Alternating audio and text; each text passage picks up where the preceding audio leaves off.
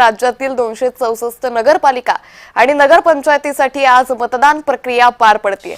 राज्यातील संपूर्ण मतदान यंत्रणा या सज्ज झालेल्या आहेत। सायंकाळी 5:30 वाजेपर्यंत मतदानाची वेळ। बुधवारी मतमोजणी होण्याची शक्यता आहे, त्यामुळे आता अगदी काही वेळातच मतदान प्रक्रियेला सुरुवात होईल।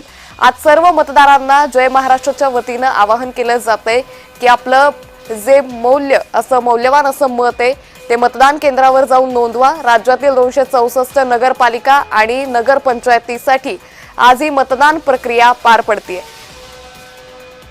त्यामुळे गेल्या काही दिवसांपासून सातत्याने या निवडणुकांच्या प्रचारांच्या सभांचा धडाका आपल्याला पाहायला मिळत होता।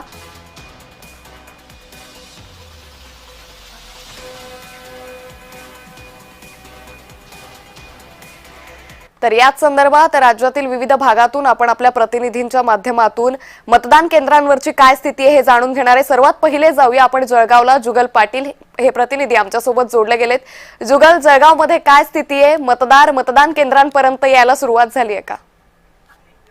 नक्कीच अंकिता, जळगाव जिल्ह्यातील जवळपास 18 नगर परिषदांसाठी आज मतदान प्रक्रिया ही पार पडते आहे। थोड्याच वेळात या ठिकाणी मतदानाला सुरुवात होणार आहे। प्रशासनातर्फे मोठी जय्यत तयारी करण्यात आलेली आहे। 977 मतदान केंद्रावर ही मतदान प्रक्रिया या ठिकाणी आज पार पडणार असून प्रशासन या ठिकाणी सज्ज झालेलं आहे। प्रशासनातर्फे या ठिकाणी जास्तीत जास्त मतदारांनी मतदान करावं असं आवाहन या ठिकाणी करण्यात आलं आहे। जवळपास 452 जागांसाठी 1500 पेक्षा जास्त अधिक उमेदवार हे रिंगणात आहे। जर विचार केला तर एक मोठं राजकीय वातावरण या ठिकाणी तापलं होतं। आरोप प्रत्यारोपाचा फैरी सुरू होता। यामध्ये मंत्री गिरीश महाजन असतील, मंत्री गुलाबराव पाटील असतील, मंत्री संजय सावकारे असतील, केंद्रीय क्रीडा मंत्री रक्षा खडसे असतील, माजी मंत्री एकनाथ खडसे असतील, माजी मंत्री अनिल पाटील असतील, या दिग्गज नेत्यांच्या प्रतिष्ठा या सध्या तरी पणाला आहेत। जर विचार केला तर सकाळपासूनच या ठिकाणी मोठी जय्यत तयारी करण्यात आली आहे।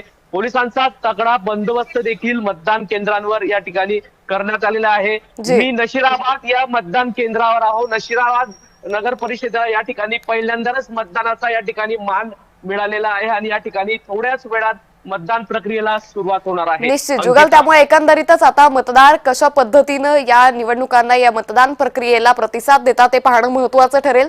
तुर्तास धन्यवाद आपण दिलेल्या सविस्तर माहितीसाठी।